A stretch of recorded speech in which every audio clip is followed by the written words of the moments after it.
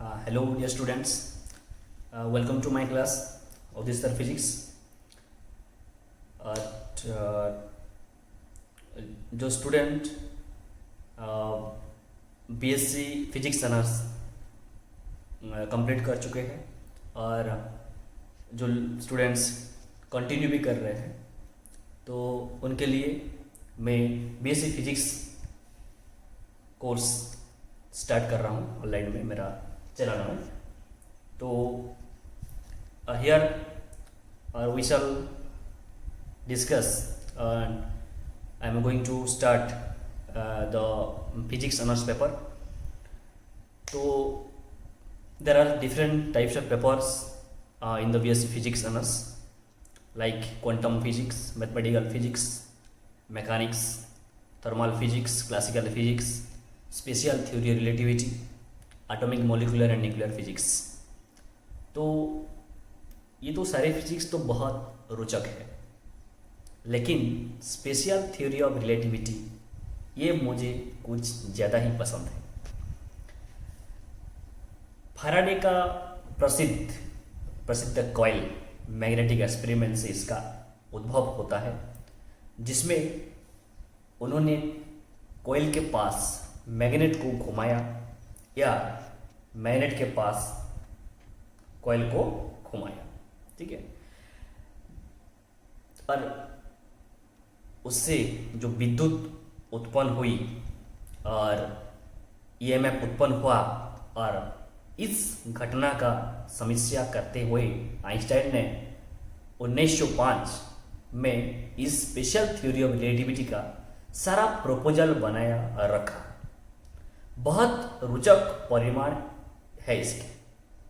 कहते हैं चाहे जितना जोर लगा लो, तो वहां पे भी ऐसा ही है, चाहे जितना जोर लगा लो, किसी भी चीज का स्पीड वैक्यूम में जो लाइट की स्पीड है उससे ज्यादा नहीं की जा सकती, उस तक भी नहीं पहुंच जा सकती. न्यूटन के नियम F बराबर ma, force equal to mass into acceleration, जो हमारी जिंदगी में सामान्यतः घटने वाली हर घटना को नियंत्रित करते हैं, वो समीकरण इक्वेशन भी अगर बहुत ज़्यादा बड़ी वेलोसिटीज इन्वॉल्व हो जाए, प्रकाश की भी आसपास को वेलोसिटीज इन्वॉल्व हो जाए, तो ये भी धरा सही हो जाते हैं. और ये कोर्स करीब 5-6 सप्ताह चलेगा और इसमें जैसा बहुत सारा कंसेप्ट हम स्टडी करेंगे. तो मैं आज स्टार्ट करता हूँ the most important paper in BSc Physics Honors, that is Special Theory of Relativity. एक पेपर है, बहुत बढ़िया है, बहुत इंटरेस्टिंग टॉपिक है. हम देखेंगे मैकेनिक्स का टर्म देखेंगे, बहुत सारा बढ़िया बढ़िया कंसेप्ट हम देखेंगे वहाँ पे. ठीक है. तो स्टूडेंट्स, बीएससी का स्टूडेंट्स इसको ध्यान में रख करके मैं ये कोर्स बना रहा हूँ.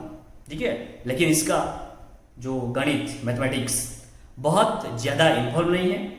एक बड़ी हिस्से में बहुत सिंपल ज्योमेट्री या सिंपल अलजेब्रा इसमें इन्वॉल्व है. तो ये जो स्पेशल थ्योरी ऑफ रिलेटिविटी, तो स्पेशल थ्योरी ऑफ रिलेटिविटी है, तो मैं ये जो कोर्स बना रहा हूँ आगे बहुत अपलोड भी करूँगा, जितना बीएससी फिजिक्स ऑनर्स का पेपर है, यानी कि मेरा जो प्रगति डिग्री स्टूडेंट्स का, और मैं जो प्रीवियस में जो इंस्टीट्यूशन में काम कर रहा था फिजिक्स पायनोर एकेडमी में, तो वहाँ का स्टूडेंट का रिक्वेस्ट में ये मैं वीडियो बना रहा हूँ. ठीक है. और कुछ लाइव क्लास भी करूँगा. ओके. तो जिस किसका भी इसमें इंटरेस्ट हो, रुचि हो और थोड़ा फिजिक्स का बेसिक ज्ञान हो, वही इसके अंदर में भाग ले सकते हैं. बीएससी का बहुत कोर्स भी मैं लेकर आऊँगा, जैसे फिजिक्स का quantum physics, classical, statistical physics, thermal physics, mathematical physics, atomic molecular nuclear physics. Okay. तो और मैं आशा करूंगा कि बीएससी का सब स्टूडेंट्स इन कोर्स के लाभ उठाएंगे, यानी कि जो भी मेरा जितना भी मेरा स्टूडेंट्स है. ठीक है. तो स्टूडेंट्स, जो कोर्स है मुझे बहुत पसंद है, ये स्पेशल थ्योरी ऑफ रिलेटिविटी. ठीक है, मुझे पसंद है. और ये पेपर ये ऐसा विषय है और जिन्होंने मुझे बहुत इंटरेस्ट लिया है, मीन्स पैदा किया है इस पेपर, और बहुत एक्साइटमेंट है। और ये सब्जेक्ट पढ़ने में फिजिक्स का हर जितना कॉन्सेप्ट्स बहुत इंटरेस्टिंग, ठीक है, जितना भी और जो भी फिजिक्स का, हम तो साइंस में बहुत पढ़े ना, फिजिक्स केमिस्ट्री बायोलॉजी, हाँ, मैथ्स कंप्यूटर साइंस, तो इसमें फिजिक्स का और ऐसे भी फिजिक्स का बहुत जितना भी टॉपिक्स है, टॉपिक बहुत इंटरेस्टिंग है, बढ़िया बढ़िया है सब, नहीं, यहाँ आइंस्टाइन बाबा, ओम बाबा, न्यूटन बाबा, बहुत बाबा है हमारा पास, स्टूडेंट्स हमारा साइंटिस्ट वगैरह बहुत बढ़िया बढ़िया कॉन्सेप्ट दिए हैं। तो ठीक है, आज हम शुरू करते हैं स्पेशल थ्योरी ऑफ रिलेटिविटी। आज की क्लास जो इंट्रोडक्शन पार्ट है एंड फ्रेम ऑफ रेफरेंस के बारे में मैं कुछ इंट्रोडक्शन दूंगा। ओके, तो स्पेशल थ्योरी ऑफ रिलेटिविटी एक चीज है जो मुझे परियों की कथा जैसे लगती है। इसको अगर हम बिना और इसका विस्तार में गए हुए, इसका कुछ रिजल्ट्स केवल कहीं तो लगेगा कि मैं बिल्कुल किसी दूसरी जगत की बात कर रहा हूँ। ओके, अब टाइम और अब इसमें हम लोग लेंथ कंट्रैक्शन का बात करते हैं कि किसी चीज़ का लंबाई अपने आप में निश्चित नहीं है। अगर मैं कहाँ से देख रहा हूँ उसको, अगर मैं कहाँ से देख रहा हूँ उसको, ठीक है, उसको अनुसार उसका लंबाई मुझे अलग अलग मिलती है। और मिलती है कि मतलब ये नहीं कि मेरा नाप जोग में गड़बड़ है, वही है, ठीक है, उसकी लंबाई इतनी उतनी है। तो उसी प्रकार से घड़ियां जो क्लॉक्स होती हैं, वो भी वही क्लॉक एक व्यक्ति देखे तो बताए कि क्लॉक इस रेट से चल रहा है, दूसरों व्यक्ति देखे तो वही बताए कि दूसरा रेट से चल रहे हैं। तो देखो स्टूडेंट्स, एक व्यक्ति बोला जी ये घड़ी जो क्लॉक्स है एक रेट्स में चल रहा है, ठीक है, जो घड़ी है ये है। और एक व्यक्ति बोला आकर जी ये रेट्स इतना रेट्स में चल रहे हैं। तो इन पैराडॉक्स की बात हम लोग करते हैं। सपोज दो जुड़वा अगर भाई हो और एक जमीन पर रहे हैं और दूसरा कहीं अंतरिक्ष की यात्रा करने चला जाए, और बहुत सालों के बाद बहुत स्पीड से यात्रा करके वापिस लौटे, तो दोनों की उम्र में बहुत फर्क हो सकता है। बात को ध्यान दो, थोड़ा जस्ट इंट्रोडक्शन कंसेप्ट है। ओके, तो बहुत बूढ़ा नजर आ सकता है, तो उसके बगल में खड़ा हुआ उसको जो जुड़वा भाई बहुत युवावस्था में दिख सकता है, यानी दिख सकता है। तो इसी चीजें स्पेशल थ्योरी ऑफ रिलेटिविटी में से निकल करके आती है। जैसे मैं क्या बोला, दो जुड़वा अगर भाई हो, ठीक है, वो जमीन पर रहे हैं, एक जमीन पर रहे हैं और दूसरों कहीं अंतरिक्ष की यात्रा करने चला जाए, और बहुत सालों की बाद बहुत स्पीड से यात्रा करके वापिस लटे, तो दोनों की उम्र में बहुत फर्क हो सकता है, बहुत बुढ़ा नजर आ सकता है। उसके बगल में खड़ा हुआ उसको जुड़वा भाई है बहुत युवावस्था में दिख सकता है। तो इसी चीजें स्पेशल थ्योरी ऑफ रिलेटिविटी में से निकल करके आती है। तो लेकिन ये ऐसा नहीं है कि कोई किसी ने, आइंस्टाइन ने थ्योरी बना दी और उल्टी पुल्टी, और उसमें से बड़ी सुंदर सुंदर रिजल्ट्स निकल के आ रहे हैं। ऐसी बात नहीं है ये आइंस्टाइन ने थ्योरी बना दी और उल्टी पुल्टी जो से, और उसमें से बड़ी सुंदर सुंदर रिजल्ट्स निकल के आ रहे हैं, ऐसी बात नहीं है। यही है ईशा। तो अपने दुनिया है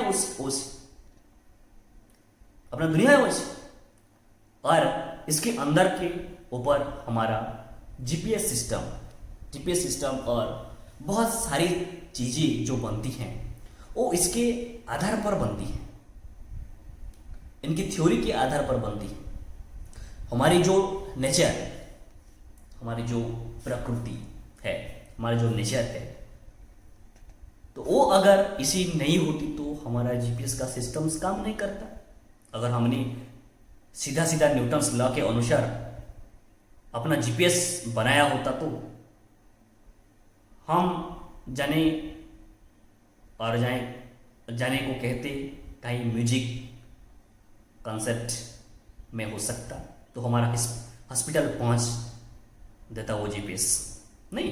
तो इसे सीधा सीधा न्यूटन्स लॉ के अनुसार अपना जीपीएस बनाया होता तो हम जो जाने के कहते कहीं म्यूजिक कॉन्क्रिस्ट और कॉन्सेप्ट में हो सकता, तो हमें हॉस्पिटल पहुंच देता वो जीपीएस नहीं। ये सभी चीज बहुत वास्तविक है, ठीक है, बहुत वास्तविक है और बहुत रोचक है, बहुत वास्तविक है और बहुत रोचक है। तो देखो मैं जस्ट कंसेप्ट इंट्रोडक्शन, आज का क्लास इंट्रोडक्शन है और फ्रेम ऑफ रिफरेंस के बारे में बताऊंगा, ठीक है। तो जो स्पेशल थ्योरी मटेरियल है हम वहां पे स्टार्ट होता है फ्रेम ऑफ रेफरेंस, ठीक है, फ्रेम ऑफ रेफरेंस, ओके। तो इन सब डिस्कशन के पहले हम लोग रेस्ट एंड मोशन इनकी बात तो शुरू करेंगे। रेस्ट एंड मोशन तो आप सभी लोग पढ़े हैं रेस्ट एंड मोशन नहीं, तो वो लोग +2 में पढ़े हैं नहीं, मैकेनिक्स में पढ़े हैं रेस्ट क्या है, मोशन क्या है। तो इनके बाद हम शुरू करेंगे कि हम कब किसी चीज को रेस्ट में कहते हैं और कब किसी चीज को मोशन में कहते हैं, और या हम किसी चीज का पोजीशन कैसे बता दो कि ये यहाँ है, ओ यहाँ है, ठीक है, और वो यहाँ है, ओ वहाँ है, ओ वहाँ है, ठीक है, बताते हैं हम पोजीशन बताते हैं।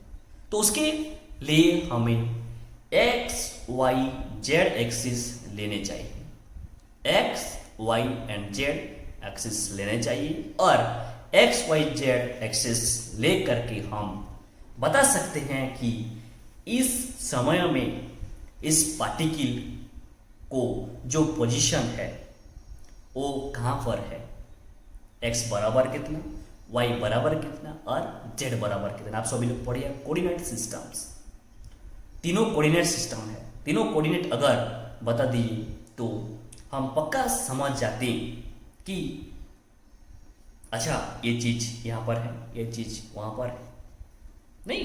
तो लोकेलिटी प्राप्त करने के लिए, पोजीशन प्राप्त करने के लिए मुझे सबसे पहला क्या करना चाहिए, एक्सेस सिस्टम। क्या है, एक्सेस सिस्टम, एक्सेस सिस्टम, ठीक है। तो एक्सेस सिस्टम क्या है, यहां पे जो डायग्राम में बना रहा हूं, ठीक है। तो हम ऐसे डायग्राम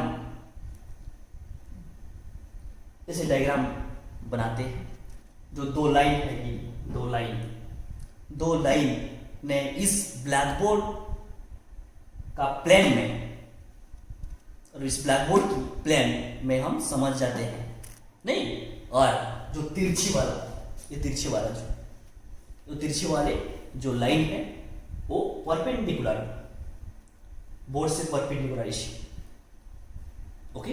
तो हम लोग एक एक्स एक्सिस, ठीक है, एक एक्स एक्सिस लेते हैं और एक वाई एक्सिस लेते हैं और एक जेड एक्सिस लेते हैं, okay. X axis, y axis and z axis लेते हैं। अगर आप ऐसा एक्स जो है और जो वाई है, ठीक है, और जो जेड एक्सिस है, अगर आप यहाँ पे ऐसा एक्स और ऐसा वाई लेंगे तो जेड एक्सिस इस तरह को निकाल करके रहेगा। यहाँ पे एक्स एक्सिस लेंगे, वाई एक्सिस लेंगे तो ये जेड यहाँ पर और इस डायरेक्शन में निकल करके रहेगा, ओके। तो ये क्या है, कोऑर्डिनेट सिस्टम, सभी लोग पढ़ेंगे, x axis, y axis, z axis, हमको बोलते हैं क्या, एक्सेस सिस्टम बोलते हैं नहीं।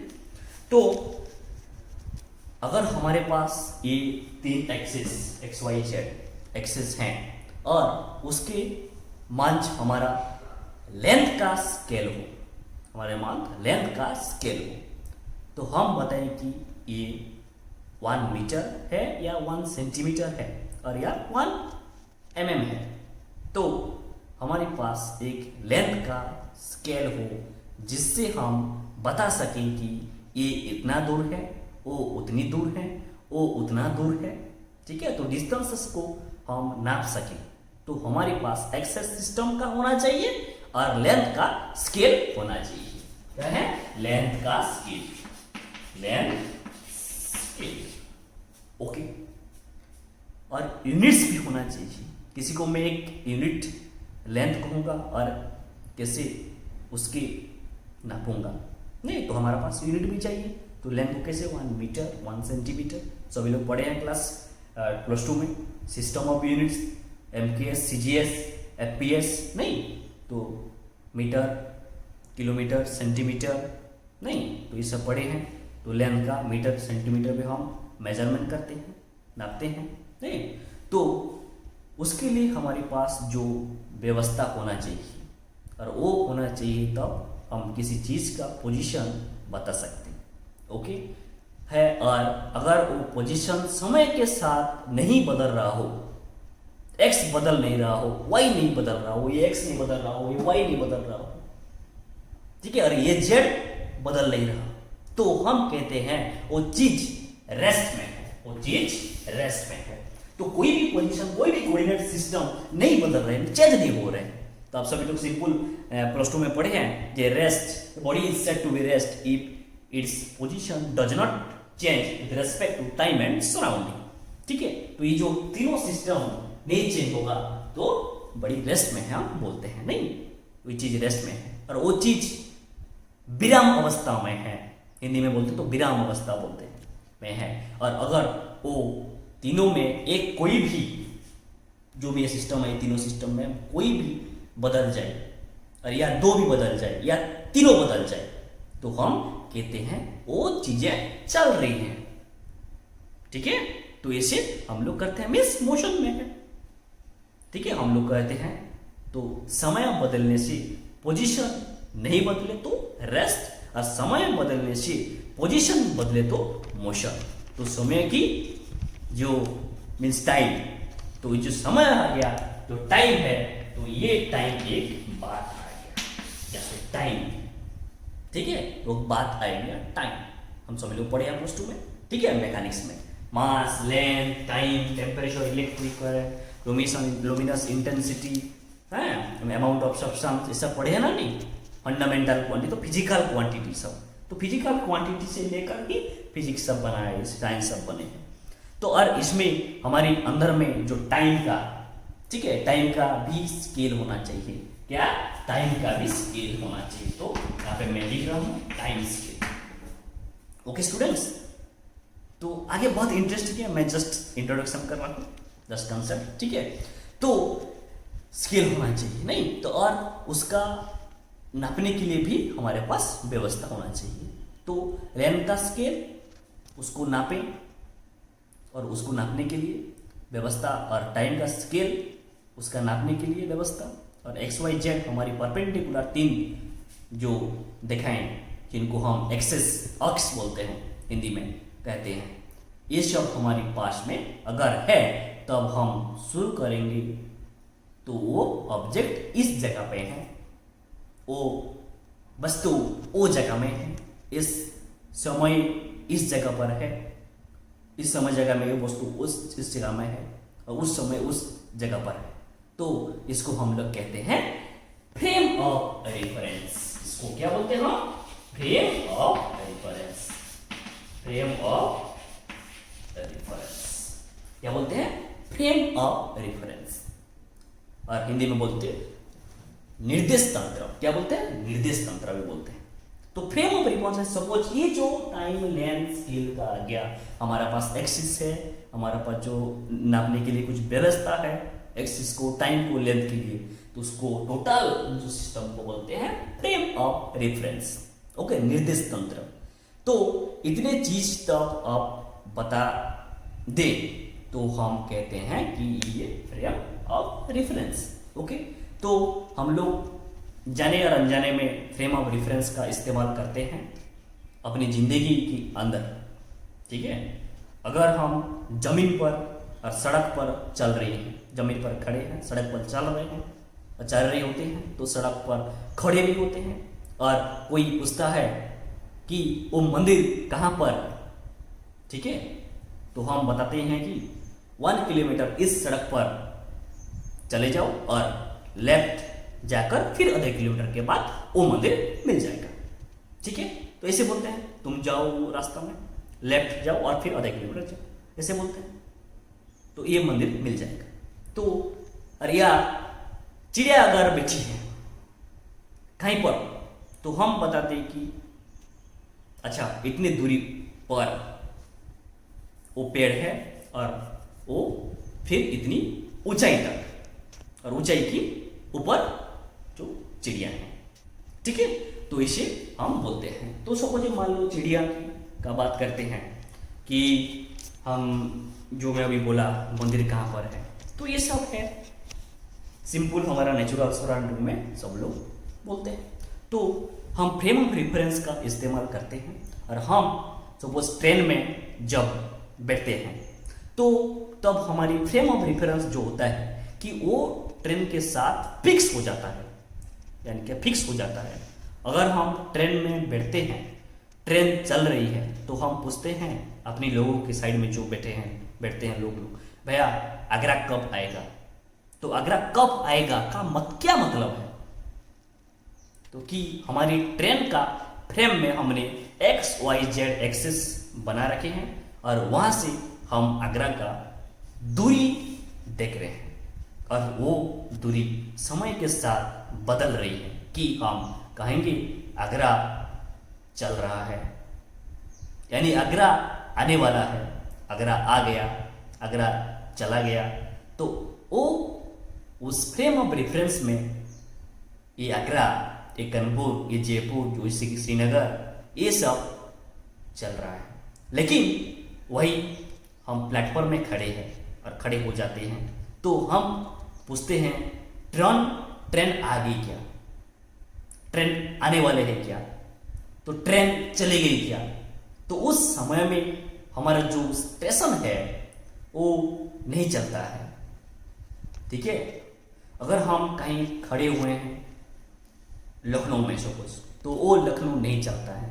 उस समय में अगर कोई खड़े हुए हैं मणिपुर में मणिपुर नहीं चलता है। लेकिन जब हम ट्रेन में बैठते हैं मणिपुरी लखनऊ चलता है। तो अलग अलग फ्रेम ऑफ रेफरेंस से देखने पर जो वस्तु इस फ्रेम में रेस्ट में है, दूसरे में चलती प्रतीत हो सकती है, दूसरे में चलती प्रतीत हो सकती है। तो ये सब देखो, जब एक ट्रेन में बैठे हैं, हमारा फ्रेम ऑफ रेफरेंस को लेकर हम जा रहे हैं। ठीक है, तो इसीलिए तो जो दूसरी रेस्ट में है और वो पहले चलती प्रतीत हो सकती है, तो इसको हम लोग फ्रेम ऑफ रेफरेंस कहते हैं। तो फ्रेम ऑफ रेफरेंस दो प्रकार का कहे जाते हैं। One is inertial,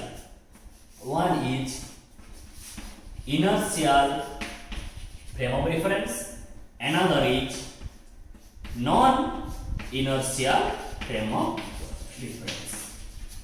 One is inertial frame of reference, another is non-inertial frame of reference. तो जो स्टूडेंट्स ये जो इंट्रोडक्शन था फ्रेम ऑफ रेफरेंस के बारे में, तो फ्रेम ऑफ रेफरेंस कब हम बोलेंगे? जब ये लेंथ का स्केल, टाइम का स्केल हमारे में XYZ को जो मेजरमेंट का व्यवस्था हो पाएगा, लेंथ स्केल, टाइम स्केल, तो ये सब हमारे पास व्यवस्था होना चाहिए। और जब हो गया तब वो टोटल चीज को हम क्या बोलेंगे? Frame of reference. क्या बोलेंगे? Frame of reference. और फ्रेम ऑफ रेफरेंस एक होता है इनर्शियल, दूसरा होता है नॉन इनर्शियल। ठीक है, तो ये inertial and non inertial frame of reference है। ठीक है, तो हम ये भी चर्चा करेंगे inertial and non inertial frame of reference. और आगे हम बहुत बढ़िया कॉन्सेप्ट कैसे स्पेशल थ्योरी ऑफ रिलेटिविटी में आया था। Special theory of relativity Einstein क्या बोलते थे? Einstein special theory of relativity है। Then Einstein mass energy relation E = mc² है। ये सब बढ़िया रिलेशन है। तो एक्सल सिस्टम हम कुछ मैकेनिक्स का हम पढ़ेंगे और मैकेनिक्स का कुछ ज्योमेट्री को लेकर, कुछ अलजेब्रा को लेकर हम थोड़ा गणित भी वहां पे कर सकते हैं, सब कंसेप्ट में मैथमेटिकल यूज करके। ठीक है, तो ये inertial and non inertial frame of reference. तो इसी सब जो टोटल सिस्टम को हम जब मिल जाएगा, हमारे पास व्यवस्था हो जाएगा, तो उसको हम क्या बोलेंगे? Frame of reference. ओके, ठीक है, ओके, तो ठीक है, तो ये फ्रेम ऑफ रेफरेंस, ये लेंथ स्केल, टाइम स्केल, जो एक्सेस सिस्टम है, तो ये सब हमारे पास हो जाएगा। तो ये फ्रेम ऑफ रेफरेंस हम उसको बोलते हैं। तो ये फ्रेम ऑफ रेफरेंस इनर्शियल, एक non inertial frame of reference, तो उसका कॉन्सेप्ट है, उसका कैसे हम डिस्कशन करेंगे। तो हम नेक्स्ट क्लास में inertial and non inertial frame of reference के बारे में डिस्कशन करेंगे, जो हमारा लेक्चर 2 रहेगा। ओके, तो उसके बाद थ्योरी कॉन्सेप्ट हम सब देखेंगे, मैथमेटिकल टूल्स देखेंगे, और बढ़िया बढ़िया पेपर को लेकर मैं आ रहा हूँ। ओके, तो बीएससी स्टूडेंट्स उसको लाभ उठाओ, ठीक है। तो मेरा जो जितना भी स्टूडेंट्स हैं, okay students, thank you, stay happy and blessed and stay safe, you all.